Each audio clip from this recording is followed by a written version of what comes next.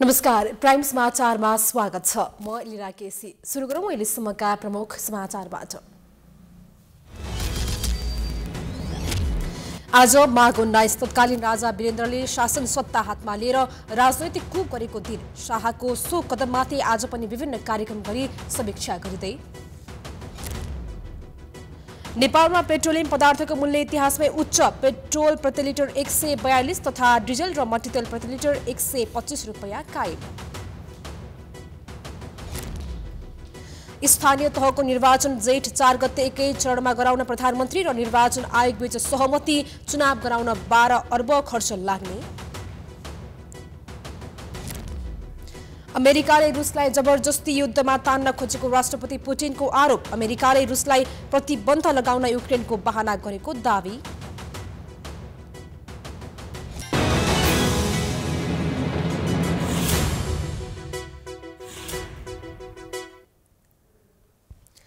अब समाचार विस्तारमा। आज माघ 19 प्रजातान्त्रिक व्यवस्थाको अन्त्य गरी तत्कालीन राजा ज्ञानेन्द्रले शाही सम्बोधन मार्फत शासन सत्ता आफ्नो नियन्त्रणमा लिएर राजनैतिक coup गरेको दिन।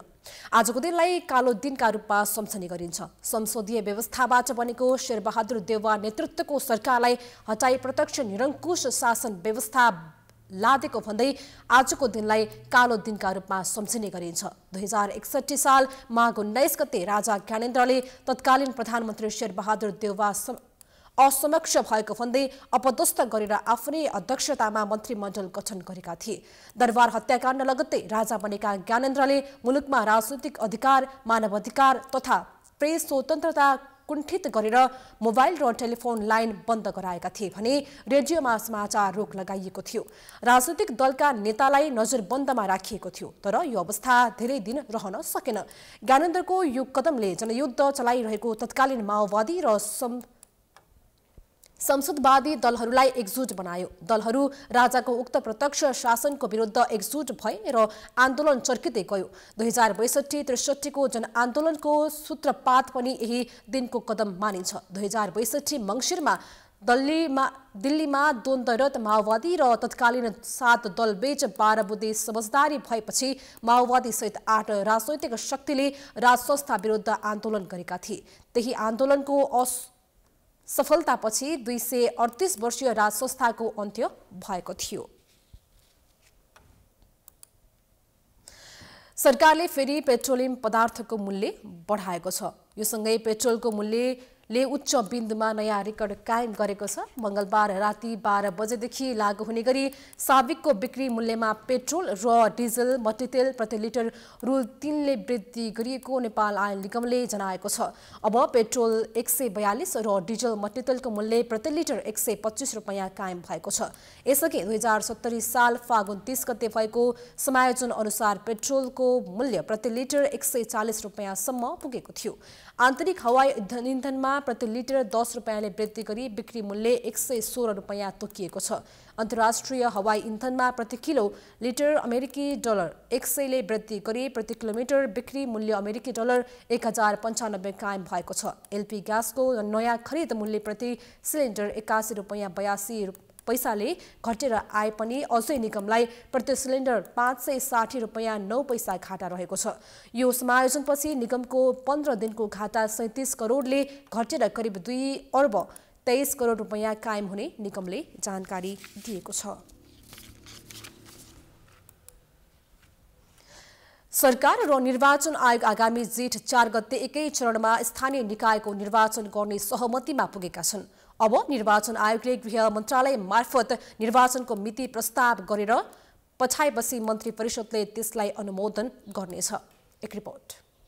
5 दलीय सत्ता गठबन्धन बीच आगामी जेठ 4 गते एकै चरणमा स्थानीय निकायको निर्वाचन गर्ने सहमति बनेपछि निर्वाचन आयोगले समेत मंगलबार प्रधानमन्त्री शेरबहादुर देउवा समक्ष त्यही मितिमा निर्वाचन गर्ने प्रस्ताव गरेको छ, जसमा प्रधानमन्त्री र आयोगका पदाधिकारीहरूले सहमति जनाएका छन्। ठूलै चलखेल नभई अब आगामी जेठ 4 गते एकै चरणमा स्थानीय निकायको निर्वाचन हुने पक्की समेत भएको छ। मंगलबार दिउँसो निर्वाचन आयोगका पदाधिकारीहरूले प्रधानमन्त्री देउवासँग भेट्नु अगावै अनौपचारिक रूपमा निर्वाचनको मिति भने बाहिरिसकेको थियो। बिहान नेपाली काङ्ग्रेसको बागमती प्रदेशका सभापति इन्द्र बानिया लगायत नेताहरूसँगको भेटमा प्रधानमन्त्री देउवाले जेठ 4 गते निर्वाचन हुने बताइसकेका थिए। यसअघि नै 5 दलीय सत्तारूढ गठबन्धन बीच 2074 सालमा निर्वाचित भएका स्थानीय निकायका जनप्रतिनिधिको कार्यकाल समाप्त हुनु अगावै निर्वाचन गर्ने सहमति बनेको थियो। स्थानीय तह निर्वाचन ऐन 2073मा स्थानीय निकायको निर्वाचन 1 वा त्योभन्दा बढी चरणमा सम्पन्न भए पनि पहिलो चरणको निर्वाचनलाई आधार मानेर जनप्रतिनिधिको कार्यकाल गणना हुने उल्लेख छ। त्यही अनुसार 2074 साल वैशाख 31 गते सम्पन्न स्थानीय निकायको निर्वाचनको पहिलो चरणमा विजयी जनप्रतिनिधिले कार्यभार ग्रहण गरेको 5 वर्ष आगामी जेठ 5 गते पुरा हुँदैछ। त्यसैले कानुनी झमेलाबाट टाढा रहन सरकार र निर्वाचन आयोग जेठ 4 गते स्थानीय निकायको निर्वाचन गर्ने अनौपचारिक सहमतिमा पुगेका हुन्। 79 साल ज्येष्ठ 4 गते बुधबारका दिन निर्वाचन गरौँ भनेर आयोगको तर्फबाट माननीय प्रमुख आयुक्तज्यूले प्रस्ताव गर्नुभयो र त्यो प्रस्ताव गरिरहँदा आफ्नो तयारी बारेमा पनि प्रमुख आयुक्तज्यूले बताउनुभयो। तयारीहरू सबै पुरा भएका छन् र अब घोषणा भएपछि गर्ने काम बाहेक अरू कुराहरू सबै सम्पूर्ण भइसकेको हुनाले प्रस्ताव मितिमा निर्वाचन गर्न सकिने कुराको एस्युरेन्स प्रमुख आयुक्तज्यूले दिनुभयो। उता स्थानीय निकायको निर्वाचन अगावै केही ऐन कानुन संशोधन र निर्माण गर्नुपर्ने बाध्यता छ। प्रमुख प्रतिपक्षी दल नेकपा एमाले निरन्तर संसद अवरुद्ध गर्दै आएको कारण स्थानीय निकायको निर्वाचन गर्न आवश्यक ऐन कानुन निर्माणमा केही समस्या भने देखिन सक्छ। तर एमाले जिम्मेवार प्रतिपक्षको भूमिकामा आएको खण्डमा भने सहजै आवश्यक ऐन कानुन बन्न सक्नेछ। सरकारलाई स्थानीय निकायको निर्वाचनको मिति घोषणा गर्न दबाब दिँदै आएको प्रमुख प्रतिपक्षी एमाले समेत सरकारको निर्णयलाई अस्वीकार गरेर अगाडि बढ्ने सम्भावना देखिँदैन। नेकपा एमाले 5 गते भन्दा उता लाने पक्षमा छैन, लान दिँदैन। 5 गते भित्र संविधान भित्रकै हुन्छ, समय अवधि भित्रकै हुन्छ, म्याद भित्रकै कुरा हुन्छ।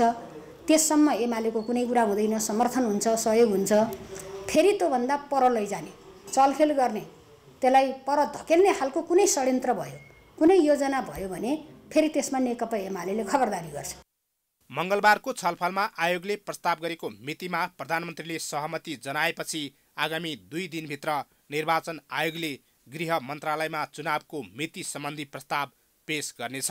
आयोगको प्रस्तावलाई गृह मन्त्रालयले मन्त्री परिषदको बैठकमा पेश गरेपछि औपचारिक रूपमा चुनावको घोषणा हुनेछ।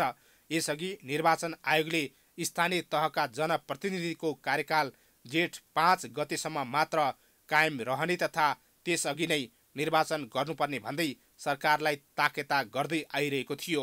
त्यस्तै निर्वाचन आयोगले आगामी जेठ 4 गते प्रस्ताव गरेको स्थानीय तहको निर्वाचनमा 12 अर्ब रुपैयाँ खर्च माग गरेको छ। समाचारको सिलसिला जारी छ। हामी विश्रामपछि आउँछौँ। बाँकी समाचारको साथमा गर्वैदेखि बलियो। विश्रामपछि स्वागत छ। अब बाँकी समाचार। सरकारले अमेरिकासँग गरेको एमसीसी सम्झौताका कारण नेपालको राजनीतिमा निकै उथलपुथल हुने सङ्केत देखा परेको छ। सभामुख अग्निप्रसाद सापकोटा पनि यही सम्झौताका कारण विवादमा तानिन थालेका छन्। एक रिपोर्ट। केही दिन अगाडि मात्र सत्ता गठबन्धनको छलफलका क्रममा प्रधानमन्त्री शेरबहादुर देउवाले एमसीसी सम्झौता तत्काल नै संसदबाट पारित गर्नुपर्ने भन्दै गठबन्धनका अन्य दललाई चेतावनी दिएका थिए। त्यही आधारमा नेकपा माओवादी केन्द्र र नेकपा एकीकृत समाजवादीले सभामुख अग्निप्रसाद सापकोटाको सहयोगमा प्रतिनिधि सभाको बैठक नै सार्न लगाएका छन्। प्रधानमन्त्रीले गठबन्धनमा रहेका दलहरूलाई यथाशीघ्र एमसीसी सम्झौता संसदबाट पारित गर्न दबाब दिन थालेपछि सभामुखले गत आइतबार नै बस्नुपर्ने प्रतिनिधि सभाको बैठक माघ 26 गतेसम्मलाई स्थगित गरेका थिए। सभामुखको यो कदमबाट रुष्ट बनेको नेपाली काङ्ग्रेसले एमसीसी सम्झौताकै कारण गठबन्धन तोड्न सक्ने सम्भावना बढेर गएको छ। अन्तिम अस्त्रका रूपमा काङ्ग्रेसले प्रमुख प्रतिपक्षी दल नेकपा एमालेसँग मिलेर सभामुख नै हटाएर एमसीसी सम्झौतालाई संसदमा प्रवेश गराउने तयारी गरेको समेत बुझिएको छ। 14 सांसदलाई कारबाही नगरेको भन्दै सभामुख सापकोटासँग रुष्ट बनेको एमाले यसलाई सभामुखसँग बदला लिने तथा सत्तारूढ गठबन्धनमा भाँजो हाल्ने अवसरका रूपमा सदुपयोग गर्ने रणनीति बनाएको छ। सभामुखलाई हटाएको खण्डमा एमसीसी पारित गर्न सघाउने तयारी एमालेको छ। त्यसको लागि निरन्तर प्रधानमन्त्री देउवा र एमाले अध्यक्ष केपी शर्मा ओली निकट नेताहरू छलफलमा जुटेका छन्। यो अन्दाज गरेर यसो होला उसो होला हैन, जुन परिस्थिति विकसित भएर आउँछ विकसित भएको परिस्थिति अनुसार पोलिटिकल पार्टीहरूले आफूलाई पुनर्व्यवस्थित गर्नुपर्छ, रिअर्गनाइज गर्नुपर्छ। आज जे छ त्यही अनुसार गर्ने हो। भोलि परिस्थिति परिवर्तन भयो, अन्तर्विरोधको स्थितिमा परिवर्तन भयो भने स्वाभाविक त्यसअनुसार नै चल्नुपर्छ। नेपाली कांग्रेससँग कुरा मिलेको खण्डमा एमालेले सभामुख विरुद्ध केही दिनमै महाभियोग प्रस्ताव दर्ता गर्ने बुझिएको छ। अमेरिकी सहयोग कार्यक्रम एमसीसीलाई रोक्न नेकपा माओवादी केन्द्रका अध्यक्ष पुष्पकमल दाहाल प्रचण्ड र नेकपा एकीकृत समाजवादीका अध्यक्ष माधव नेपालले सक्दो प्रयास गरिरहेका छन्। तर कांग्रेस र एमालेले सभामुखलाई तारो बनाएर एमसीसीलाई अगाडि बढाउने प्रयास गरिरहेका छन्। यता माओवादी केन्द्र र एकीकृत समाजवादी यथास्थितिमा एमसीसी पास गर्न नसकिने अडान यथावत नै राखेका छन्। यस्तो अवस्थामा माओवादी केन्द्रबाट सभामुख बनेका अग्नि सापकोटाले एमसीसीलाई टेबल गर्न अवरोध गर्न सक्ने बुझाइका साथ एमालेसँग नेपाली कांग्रेस नजिकिएको बुझिएको छ। एमाले अध्यक्ष ओलीले एमसीसी पारित गर्न साथ सहयोग गर्ने तर त्यसका लागि सभामुख हटाउनु पर्ने प्रस्ताव देउवा समक्ष राखिसकेका छन्। त्यसपछि भद्र सहमति अनुसार देउवालाई चुनावसम्म सरकार सञ्चालनमा समेत एमालेले साथ दिनेछ। तर नेकपा एकीकृत समाजवादीका सचिव तथा संसदमा प्रमुख सचेतक जीवनराम श्रेष्ठले सभामुखलाई महाभियोग लगाउने विषय आफूले सुनेको भए पनि त्यो कदम अलोकतान्त्रिक हुने टिप्पणी गरेका छन्। मैले पनि बजारमा चाहिँ नि नेकपा एमालेले सभामुखलाई महाभियोग लगाउने अरे भन्ने कुरोहरू चाहिँ नि सुन्नमा आएको छ। तर एउटा कुरा के हो भन्दाखेरि दलको आफ्नो स्वार्थको लागि यो भएको व्यवस्थालाई चाहिँ नि खलबल्याउने खालका कामहरू गर्नु हुँदैन र यसले चाहिँ नि लोकतन्त्रलाई नै एउटा चाहिँ नि असर पार्ने कामहरू गर्छ र कुनै दलको आफ्नो आग्रह र पूर्वाग्रहको आधारमा कसैप्रति आरोप लगाउने र सिङ्गो संसदलाई नै अवरुद्ध गर्ने लोकतन्त्रको एउटा अभ्यास गर्न नदिने काम भनेको त्यो नितान्त गलत हो। सभामुखमाथि पद अनुकूलको आचरण नगरेको भन्ने प्रस्ताव पेश भएमा त्यस उपर छलफल भएर 2/3 पारित भए पदमुक्त हुने संवैधानिक व्यवस्था छ। संविधान अनुसार सभामुख विरुद्ध एमालेले महाभियोग प्रस्ताव पेश गर्ने तयारी गरिरहेको बुझिएको छ। कांग्रेससँग कुरा मिले लगत्तै उसले प्रस्ताव पेश गर्नेछ। समाचारको सिलसिला अझै जारी छ, हामी विश्रामपछि आउँछौं। बाँकी समाचारको साथमा गर्वैदेखि बलियो भूगर्भ सिमेन्ट। विश्रामपछि पुनः स्वागत छ। अब अन्तर्राष्ट्रिय समाचार।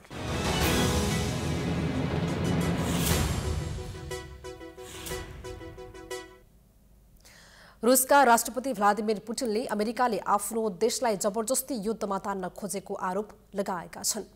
अमेरिकाले युक्रेनको बहानामा आफ्नो देशलाई युद्धमा तान्न खोजेको उनको आरोप छ। अमेरिकाको लक्ष्य रुसमाथि थप प्रतिबन्ध लगाउनु रहेको र त्यसका लागि युक्रेनलाई प्रयोग गरिरहेको उनको भनाइ छ। अमेरिकाले युरोपमा नेटो गठबन्धन सेनाको बारेमा रुसको चिन्तालाई बेवास्ता गरिरहेको उनको आरोप छ। युक्रेनको सिमाना नजिकै रुसी सेना तैनात भएको भन्दै अमेरिका लगायतका देशहरूले रुसमाथि दबाव सृजना गरिरहेका छन्। रुसले युक्रेनको दक्षिणी क्रिमिया प्रायद्वीपलाई आफ्नो कब्जामा लिएको र पूर्वी डोनबास क्षेत्रमा भएको रक्तपातपूर्ण विद्रोहलाई समर्थन गरेको झण्डै 8 वर्षपछि आक्रमणको योजना बनाएको पश्चिमा राष्ट्रहरूको आरोप छ। रुसले भने यो आरोपलाई ठाडै अस्वीकार गर्दै आएको छ। अब खेलकुद समाचार।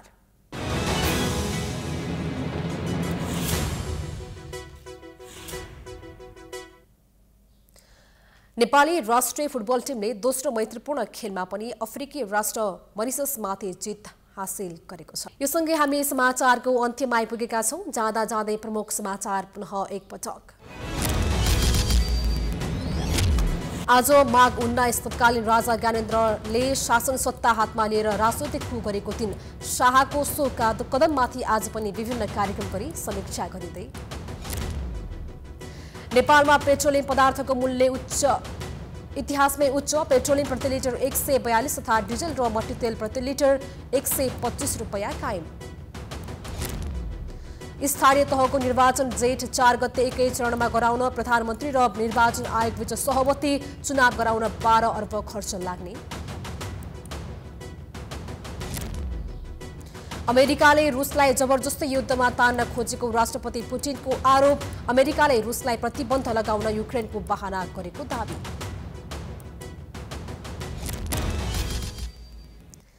समाचार अहिलेलाई सकियो। हेर्दै गर्नुहोला प्राइम टाइम्स HD। नमस्कार।